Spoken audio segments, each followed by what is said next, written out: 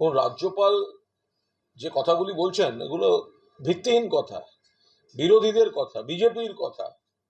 BJP গোহারা হারার পর পরাজয় থেকে নজর ঘোরাতে, নিজেদের ব্যর্থতা থেকে নজর ঘোরাতে যে নাটক করছে, সেই নাটকে সঙ্গত দিচ্ছেন রাজ্যপাল, যিনি বুকে পদ্মফুল চিহ্ন, বিজেপির প্রতীক চিহ্ন নিয়ে, তার ছবিও আমরা দেখেছি। ফলে রাজ্যপাল পক্ষপাতদুষ্ট কাজ করছেন, অবাস্তব ভিত্তিহীন কথা বলছেন, বিরোধীদের প্রচারে সাহায্য করছেন, বিরোধীদের ভিত্তিহীন অভিযোগগুলোর প্রতিধ্বনি করছেন। তিনি আরো বেশি করে দিল্লির বিজেপির গুডবুকে থাকতে চাইছেন, কারণ তার বিরুদ্ধে এমন কিছু অভিযোগ আছে যেগুলি রাজ্যপাল পদ থেকে তার পদচ্যুত হলে বা রাজ্যপাল পদ তার কাছে অতীত হয়ে গেলে বেশ কিছু ফৌজদারি মামলা, অত্যন্ত গুরুতর কিছু সমস্যার বিষয় আছে। ফলে এখন তিনি মনে প্রাণে বিজেপির গুডবুকে থেকে, দিল্লির গুডবুকে থেকে তিনি রাজ্যপাল পদটা রাখতে মরিয়া। সেই জন্য আরো বেশি বেশি করে তিনি বিজেপি সাজছেন। বিধায়কদের শপথ গ্রহণ নিয়ে রাজ্যপাল সেটার উত্তর না দিয়ে অন্য একটা চিঠি দিলেন, সেটা জটিলতা বাড়তে পারে বিধায়কদের শপথ গ্রহণ? রাজ্যপাল একাধিক ক্ষেত্রেই মসৃণ কাজকর্মের বদলে জটিলতা বাড়িয়েছেন। এখন যে জায়গাটায় উনি অপ্রয়োজনীয়, যেখানে ওনার কোনো বাধ্যতামূলক জায়গা নেই, সেই সমস্ত জায়গায় উনি জোর করে ঢুকতে চাইছেন, জটিলতা তৈরি করতে চাইছেন। এগুলো অনভিপ্রেত, অবাঞ্ছিত। কিন্তু তিনি বিজেপির গুডবুকে আবার সক্রিয় হওয়ার জন্য, বিজেপির লোক হিসেবে নিজেকে প্রমাণ করার জন্য এই ধরনের কীর্তিকলাপ করে যাচ্ছে। অবস্থানের জায়গা বদল বদলের প্রস্তাব নিয়ে শুভেন্দু অধিকারী আদালতকে জানিয়েছেন, রাজভবনের বদলে তারা রাজ্য পুলিশের ডিজির দপ্তরের সামনে অবস্থান করতে চান। এরা যখন বিরোধী দলনেতা আদালতে গিয়েছেন, আদালতকে প্রথমে বলেছিলেন রাজভবনের সামনে করব। ফলে এইসব মামার বাড়ির আবদার তখন আদালত এন্টারটেন করেনি, রিজেক্ট করে দিয়েছে। এরপরে আবার একটি নতুন আবদার নিয়ে গেছেন, অমুক জায়গায় বসবো। যেহেতু আদালতে বিচারাধীন, এখানে পুলিশ প্রশাসন নিশ্চয়ই তাদের বক্তব্য আদালতকে জানাবেন। বারবার বলছি, আসলে বিজেপি নেতারা নিজেদের যে ভরাডুবি হয়েছে এবং দলের বিজেপির কর্মী সমর্থকদের কাছে এই নেতাদের নেতৃত্ব কোয়েশ্চেনেবল হয়ে গিয়েছে, প্রশ্নের মুখে পড়ে গিয়েছে। তার থেকে নজর ঘোরাতে এরা এইসব নাটকের কাণ্ড কারখানা করছে। গঙ্গার ধারে অনেক জায়গা আছে, গঙ্গার ধারে মন ভালো লাগবে, বসে থাকবেন অমুক। তো এখানে ওখানে এইসব আবেদন ন করে, যাদের একটু বসা টসার ইচ্ছা, কোথাও নাটক করার ইচ্ছা, তো গঙ্গার ধারে গিয়ে বসুন। ওখানে গঙ্গার ধারে একটা হালকা বৃষ্টি বাদলা মেঘলা অমুক তমুক নৌকো থাকবে, মাঝে মাঝে নৌকো চড়তে পারবেন। তো ওইসব জায়গায় ওনারা যান। লাগাতার হিংসার অভিযোগ করছেন, ভোট পরবর্তী হিংসা চলছে তৃণমূল কংগ্রেসের। আমরা আবার বলছি, ভোট পরবর্তী কোনো হিংসা তৃণমূল কংগ্রেস করেনি। বিজেপি বনাম বিজেপি বহু জায়গায় চলছে। পশ্চিমবঙ্গে একজন মাত্র লোক প্রকৃত ঘর ছাড়া, তার নাম দিলীপ ঘোষ। তাকে সুকান্ত মজুমদাররা মেদিনীপুর থেকে ঘর ছাড়া করে পাঠিয়ে দিয়েছেন অন্য জায়গায় হারাবার জন্য। বিজেপি বনাম বিজেপি চলছে। কোথাও কোথাও আবার বিজেপি, সিপিএম, কংগ্রেস বা অন্য কোনো দল মিলে হেরে যাওয়ার অবসাদ থেকে প্ররোচনা দিচ্ছে, গন্ডগোল করছে, তৃণমূলকে অ্যাটাক করছে। তৃণমূল কেন গন্ডগোল করবে? বিপুলভাবে তৃণমূল সফল। মমতা বন্দ্যোপাধ্যায়, অভিষেক বন্দ্যোপাধ্যায় স্পষ্টভাবে বলে দিয়েছেন যে আরো ভালো করে উন্নয়নের কাজ করতে হবে, কোথাও কোনো রকম অসহিষ্ণু ভাব বা উদ্ধত্ত দেখানো যাবে না। তৃণমূল কংগ্রেসের পরিবার সেটা করছেও না। ফলে পায়ে পা দিয়ে ঝগড়া করে, এই যে হেরে গেছে, এরা হেরে গেছে, তার থেকে নজর ঘোরাতে এই সন্ত্রাস, ঘর ছাড়া। আরে কে ঘর ছাড়া? কয়েকজনকে খাইয়ে পরিয়ে অকারণ বাড়ির থেকে দূরে এনে রেখেছে নাটক করবার জন্য। নিজেরা খাইয়ে পরিয়ে রেখেছে, এসি বাসে কলকাতা ঘোরাবে বলে নিয়ে এসে রেখেছে। কবে কোন দিন চিড়িয়াখানা নিয়ে যাচ্ছে, কবে কোন দিন অন্য জায়গায় ঘোরাচ্ছে, এইসব নাটক করে বেড়াচ্ছে। তাদের বাড়ি ফিরিয়ে দিলেই তারা বাড়ি ফিরে যাবে। নিজেদের ব্যর্থতা আড়াল করার জন্য, ঢাকার জন্য কিছু লোককে এনে বা নিজেদের গোষ্ঠীবাজিতে যাদের অসুবিধা হচ্ছে তাদের তুলে এনে রেখেছেন।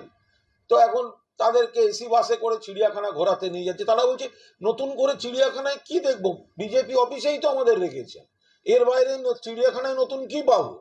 তো এদেরকে দিয়ে যদি ঘর ছাড়া নাটক করা হয় তো এগুলোর কোনো ভিত্তি আছে নাকি? সুকান্ত মজুমদার বলেছিলেন যে সিবিআই জাল বিস্তৃত করলে প্রতি জেলা থেকে নেতারা ধরা পড়বে। এত চোর ধরার জন্য কত বড় পরিকাঠামো দরকার জানি না। সুকান্ত মজুমদার তিনি তারা ভোটের আগে যে কথাগুলো বলেছেন, এই যে সিবিআই পাঠাচ্ছি, ইডি পাঠাচ্ছি, হ্যান পাঠাচ্ছি, ত্যান পাঠাচ্ছি, যাদের বিরুদ্ধে ওনাদের দল চোর বলতেন, ভিডিও দেখাতেন, তাদেরকে নেতা বানালে অসুবিধা হয় না।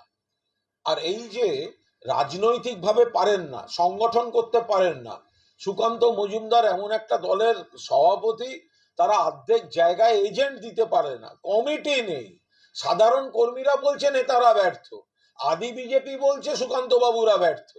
তো সুতরাং সুকান্ত বাবু নিজের চেয়ার নিয়ে টলমল, এখন আবার সিবিআই ইডি দেখিয়ে চমক ধমকের রাজনীতি করতে যাচ্ছেন। যত বেশি করবেন তত বেশি ডুববেন।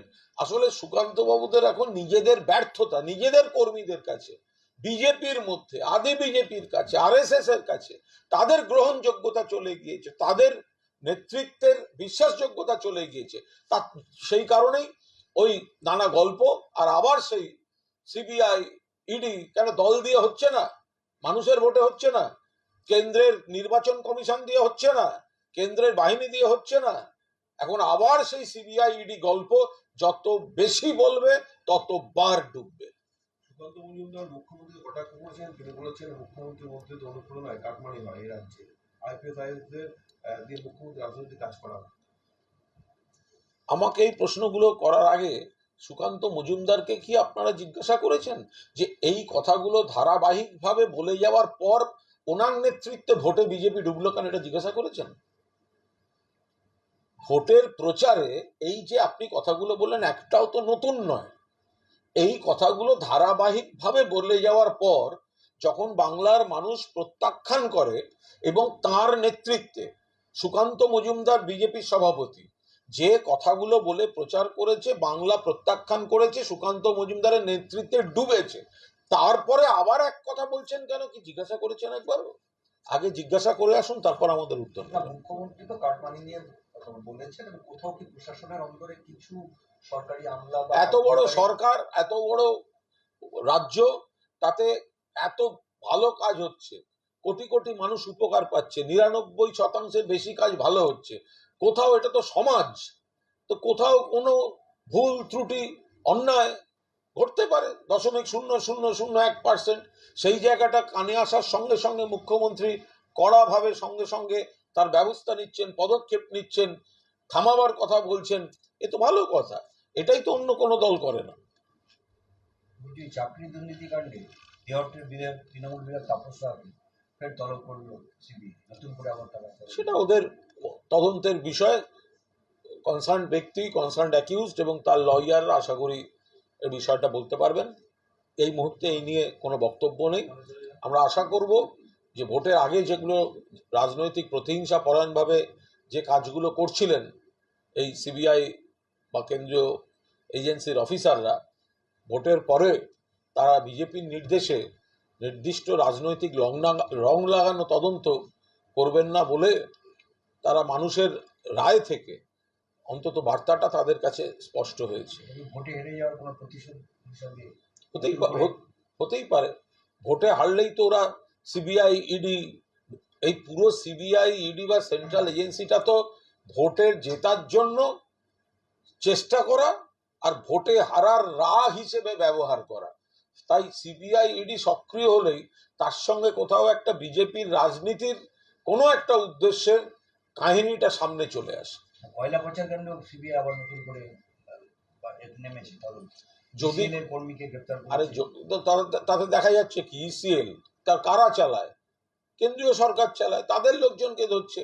আপনারা দেখেছেন বিজেপি নেতারা একতরফা তৃণমূলের নাম করে কুৎসা করে গেল, আর সিবিআই ধরছে কেন্দ্রীয় সরকারের ইসিএল এর লোকদের।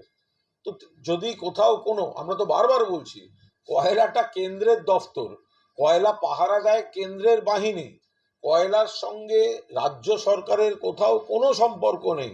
খনি, কয়লা, কয়লা প্রোডাকশন, নিরাপত্তা, এই গোটা বিষয়টা কেন্দ্রের। তো ফলে সেখানে যদি কোথাও কোনো লিকেজ হয়ে থাকে তো সেটা কেন্দ্রের ওই ইনফ্রাস্ট্রাকচারের মধ্যেই হচ্ছে, তো সেখানে গিয়ে ধরপকড় করুক। হাইকোর্টে একের পর এক ডেট বেড়েই চলেছে কেন্দ্রীয় বাহিনী রাখার জন্য, মানে আজকেও অর্ডার হয়েছে, এই মাসের গোটাটাও প্রায় থাকতে চলেছে। এই যে বাহিনীকে রেখে দেওয়া, এই যে বিপুল খরচ, ওই স্কুলের এটা বাচ্চাদের স্কুলের বাচ্চাদের- প্রথম কথা হচ্ছে এটা একটা অকারণ খরচ হচ্ছে। রাজ্য পুরোদস্তুর শান্ত, এখানে কেন্দ্রীয় বাহিনীর কোনো প্রয়োজন নেই। দুই হচ্ছে কেন্দ্রীয় বাহিনী স্কুল কলেজগুলি দখল করে থাকছে, তাতে পঠন পাঠনের প্রচুর অসুবিধা হচ্ছে। বারবার বলা হচ্ছে তাহলে বিকল্প ব্যবস্থা করুক। যাদের কেন্দ্রীয় বাহিনী রাখার এত শখ, তো তারা কেন্দ্রীয় সরকারের জায়গায় ব্যবস্থা করুক। কেন্দ্রীয় সরকার তাদের দপ্তরগুলোতে, তাদের জায়গায়, তাদের গেস্ট হাউস, এগুলো সব ব্যবস্থা করুক। স্কুল কলেজ এগুলোকে বন্ধ করে মানে সে তার পরিকাঠামোগুলো ক্ষতিগ্রস্ত করে সেই জায়গাগুলো সময় নষ্ট করার কি মানে আছে? কিন্তু অতুল চৌধুরী ইস্তফা দিলেন রাজ্য সভাপতি পদ থেকে। বলছেন এটা তো আমি তো এমনি ছিলাম, মানে টেম্পোরারি ছিলাম। দেখুন, রাজ্য কংগ্রেস একটা শোচনীয় অবস্থার মধ্যে দিয়ে চলছে। 2021 সালে সিপিএম এর সঙ্গে জোট করে শূন্য পাওয়া এবং পরবর্তীকালে এবারও ভরাডুবি শোচনীয়। একটা হচ্ছে রাজ্য কংগ্রেসের সাংগঠনিক দুর্বলতা, দুই হচ্ছে দিল্লিতে যে বিজেপি বিরোধী যৌথ নেতৃত্বের বিকল্প জোটের আবহ, তার বিপরীত সুরে বাংলায় তৃণমূল বিরোধী আচরণ চালিয়ে যাওয়া, এবং তিন, সিপিএম যেটা বাংলার 34 বছরে সর্বনাশ করেছে, সন্ত্রাস, হিংসা, নারী নির্যাতন, অপশাসন, রাজ্যকে পিছিয়ে দেওয়ার কাজ করেছে, তাদের সঙ্গে অ্যাডজাস্টমেন্ট। মূলত এই তিন কারণে রাজ্য কংগ্রেস লাটে উঠেছে। এক, নিজেদের সাংগঠনিক দুর্বলতা, দুই, জাতীয় রাজনীতির বিজেপি বিরোধী বিকল্প মঞ্চে তৃণমূলের গুরুত্ব সম্মান না বুঝে সেই জায়গায় বাংলায় এসে তৃণমূলের ক্ষতি করে বিজেপিকে অক্সিজেন দেওয়ার চেষ্টা করা, আর তিন, সিপিএম এর সঙ্গে জোট করা, যেটা প্রকৃত কংগ্রেসীরা কখনো মেনে নেবে না। এগুলো আমরা বারবার বলে এসেছি। ফলে কংগ্রেস ভরপুর ডুবেছে এবং সেখানে দাঁড়িয়ে যারা নেতৃত্বে ছিলেন তাদের নেতৃত্ব বাংলার মানুষ প্রত্যাখ্যান করে দিয়েছে, তাদের কথা বাংলার মানুষ শোনেনি। এবার তাদের দলের মধ্যে কে কি করবে তারা বুঝবে। আপনি কি মনে করেন যে অধীর চৌধুরীর পরিবর্তে প্রদেশ কংগ্রেস সভাপতি হিসাবে নতুন কোনো মুখ আনা উচিত কংগ্রেস? ওটা অন্য দলের ব্যাপার, আমাদের মনে করাকরির ব্যাপার নেই। আমরা বারবার বলেছি, তিনটে কারণ চিহ্নিত করে বলেছি, তার জন্য এত মিটিং, এত নাটকের দরকার নেই। এক, কংগ্রেসের সাংগঠনিক দুর্বলতা, সংগঠন নেই। দুই, কংগ্রেস, রাজ্য কংগ্রেস, দিল্লি কংগ্রেস বা জাতীয় স্তরের যে বিজেপি বিরোধী যে জোটের আবহ এবং সেখানে তৃণমূলের গুরুত্ব, সেইটা না অনুধাবন করে বা অনুধাবন করে এ রাজ্যে তৃণমূল বিরোধী রাজনীতি করেছে এবং বিজেপিকে অক্সিজেন দিয়েছে। আর তিন, সিপিএম এর সঙ্গে জোট করা, এটা প্রকৃত কংগ্রেসীরা কখনো মেনে নেবে না। তো সেই জায়গায় দাঁড়িয়ে তারা তো মানে আমরা চোখের উপর দেখতে পাচ্ছিলাম ডুবতে চলেছে, তো ডুবেছেন। তো এবার তাদের কে দায় নেবেন, কে চলে যাবেন, কে আসবেন, সে ব্যক্তিগত ব্যাপারগুলো তাদের ব্যাপার। মমতা বন্দ্যোপাধ্যায়ের সঙ্গে চিদম্বরমের কালকে বৈঠক হয়েছে, এই কংগ্রেস তৃণমূল সম্পর্কের কি নতুন করে কোনো মাত্রা বা উষ্ণতা? দেখুন, পি চিদম্বরমজির সঙ্গে মমতা বন্দ্যোপাধ্যায়ের বৈঠক নিয়ে কোনো বক্তব্য রাখবো না, কোনো মন্তব্য করব না। শুধু এইটুকু বলতে পারি যে কেন্দ্রে, দিল্লিতে ইন্ডিয়া জোট, মমতা বন্দ্যোপাধ্যায় তার উদ্যোক্তা ছিলেন, নাম মমতা বন্দ্যোপাধ্যায়ের প্রস্তাবে তৈরি। মমতা বন্দ্যোপাধ্যায় সবসময়ই চান ইন্ডিয়া জোট শক্তিশালী হোক এবং মোদী সরকারের যত তাড়াতাড়ি পতন ঘটে সেখানে ইন্ডিয়া জোট বিকল্প সরকার তৈরি করুক। বাংলায় রাজ্য কংগ্রেস তারা সিপিএম এর সঙ্গে হাত মিলিয়ে বিজেপিকে অক্সিজেন দিয়ে চলছিল এবং তৃণমূলকে কুৎসা, আক্রমণ, সমস্ত রকম ভাবে ক্ষতি করার চেষ্টা করে মানুষের কাছে প্রত্যাখ্যাত হয়েছে। ফলে দিল্লির জাতীয় স্তরের যে রাজনীতি, সেখানে মমতা বন্দ্যোপাধ্যায়ের নেতৃত্বে, অভিষেক বন্দ্যোপাধ্যায়ের সেনাপতিত্বে তৃণমূল কংগ্রেস, সেখানে যে তৃণমূল কংগ্রেস যে বিকল্প জোটের যে আধার ইন্ডিয়া, তাতে দায়িত্বশীল ভূমিকা পালন করার ব্যাপারে অঙ্গীকারবদ্ধ। সিএম পিএম কে চিঠি লিখেছেন এই ন্যায়িক সংহিতা, এটা নিয়ে নতুন করে একটা আলোচনা হোক। খুব স্বাভাবিক, এখনই যেন ইমপ্লিমেন্ট না হয়। কারণ এই যে নতুন আইনগুলি, কার্যত গায়ের জোরে নিয়ে আসতে চলেছে নরেন্দ্র মোদীর সরকার। নরেন্দ্র মোদী, অমিত শাহ যে আইনগুলি আনতে চলেছেন এবং এ সংক্রান্ত সংসদের যে কার্যক্রম, তাতে কার্যত বিপুল সংখ্যক সাংসদকে খানিকটা গায়ের জোরেও বাদ দিয়ে জোর করে এগুলিকে পাস করানো হয়েছে, সেগুলি দেশের সামাজিক কাঠামোর পক্ষে অত্যন্ত বিপজ্জনক। সেই কারণে মমতা বন্দ্যোপাধ্যায়, মাননীয় মুখ্যমন্ত্রী, তিনি প্রধানমন্ত্রীকে চিঠি দিয়ে বলেছেন এই তিনটি কোনো অবস্থায় এই মুহূর্তে তাড়াহুড়ো করে কার্যকর করবেন না।